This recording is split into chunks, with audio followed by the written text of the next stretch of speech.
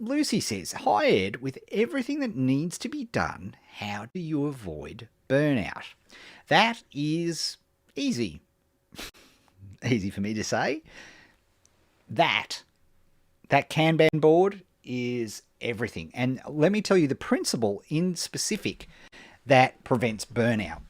Because burnout is a real interesting concept.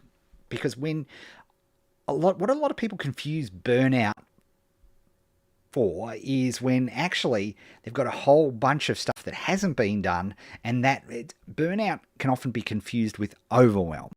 So burnout, as I define it, is where people are just working like a dog, and literally on target all the time, and they're just consistently give. You see this with social media gurus. They're on social media, doing all their stuff, and actually professional YouTubers too. And then all of a sudden, they'll hit a wall, and they'll literally burn out, and they have to take a month off, or they have to take a couple of months, or worse, they flame out completely. Right? That to me is what I call burnout. So that, to answer your specific question, the answer is pacing. You've got to pace yourself. And this is where this Kanban approach is so awesome. Because there are only two principles to a Kanban board. It has to be visible, can't be a computer program, can't be something where it's hidden, it has to be in your face. That's principle one. Principle two is you have to limit the WIP. What's the WIP? It's called the work in progress. Now, this is a manufacturing term from car manufacturing, Toyota to be specific, who developed all this stuff. And interesting little tangent side note, everybody was losing their minds over Elon Musk talking about how, with delays to his cars, that that is a product of the slowest or unluckiest supplier. And he's actually demonstrated, and this, sorry, Elon, has been going on for decades with good old Toyota. And indeed, Toyota's founder, Aoshi, he would sleep on the factory line. He didn't have an office. He would go from process to process to look for inefficiencies. And that is a key part of this. And that's how Kanban was developed, because he figured this out. And it's interesting to see Elon Musk is doing exactly the same thing with Tesla. But it's a new concept for entrepreneurs. Okay. Anyway, little side note and digression. So, in avoiding burnout, the second rule of Kanban is to limit the WIP. In other words, the bottleneck. And guess what? Spoiler alert, the bottleneck is you. The key to managing a great business is to ensure that the amount of work that the bottleneck can handle equals the output of the bottleneck. Okay, so what that means is you're only capable of doing a certain amount. And for so many of you watching me, you've got 9 to 5 gigs, you've got day jobs and stuff like that. So a lot of you are putting together all of this stuff on the side, and that's cool and that's sweet. I love that. But it's even more important you understand what your capacity is. So by visualizing this process, I know that I will get anywhere between 7 and 15 tickets done. Post-it notes is a ticket during a week. And indeed, I limit the amount of stuff that I'm going to do at the start of the week. So you can see there I've got 5, I think. 4. I've got 4. I did because it's Monday here in Australia, so I do my board and assess it every Monday morning. So I've limited. There's a bunch of stuff in my option column. There's probably 24 tickets in my options column. But the reality is, given I look at my week, and I've got a good week from a work perspective, not so many appointments, got a lot of time, and we've got some good projects that John and I are working on. So, I'm going to get quite a few tickets done. But even though I've done that, I've limited the amount that I put in my ready column, because what I've done is I've made a cast iron promise to myself that I'm going to get those tickets done.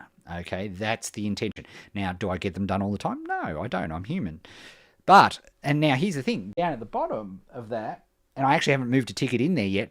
And why haven't I moved a ticket into the day column? Because my number one focus for today is you guys, right? Doing this broadcast, preparing for it, getting it all done. By the time I'm finished, I'm knackered. I can hardly speak. My voice is stuffed up.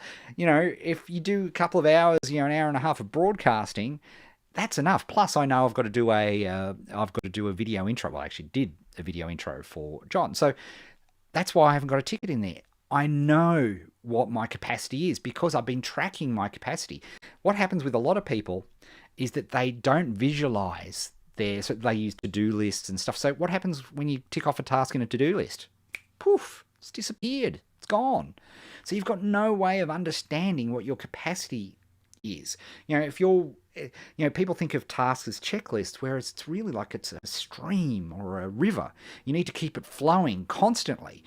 The way you avoid burnout, what a long way to answer this question, but hopefully you guys are finding this useful, is to keep the stream flowing. Know your capacity. Don't have a dam bursting upriver and having a huge flash flood coming towards you. Don't have that.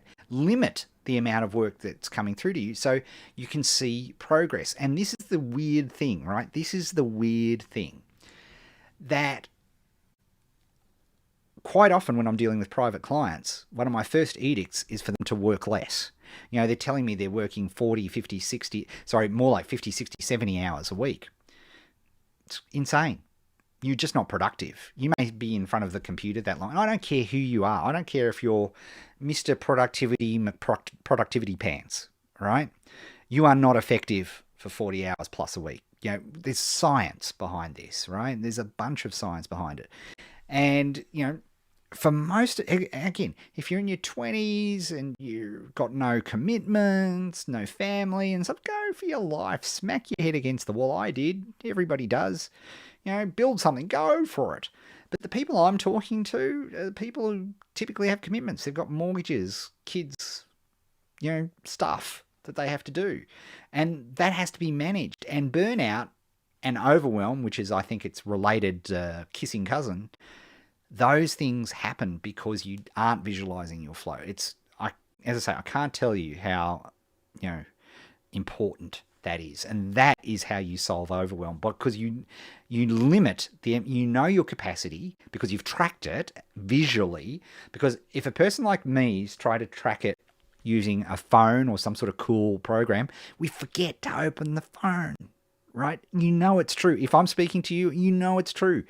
You love buying, in the 80s, you were buying daytimers and filofaxes, and you were getting all the cool tabs, and you were buying all the cool stuff.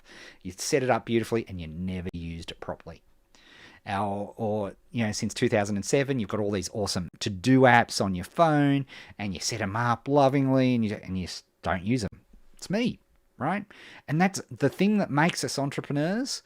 For not all of us, there's about 5% of entrepreneurs who are completely the opposite, who are super duper organized and do use their to-do lists and day planners and stuff like that. Bless you if you're one of those people.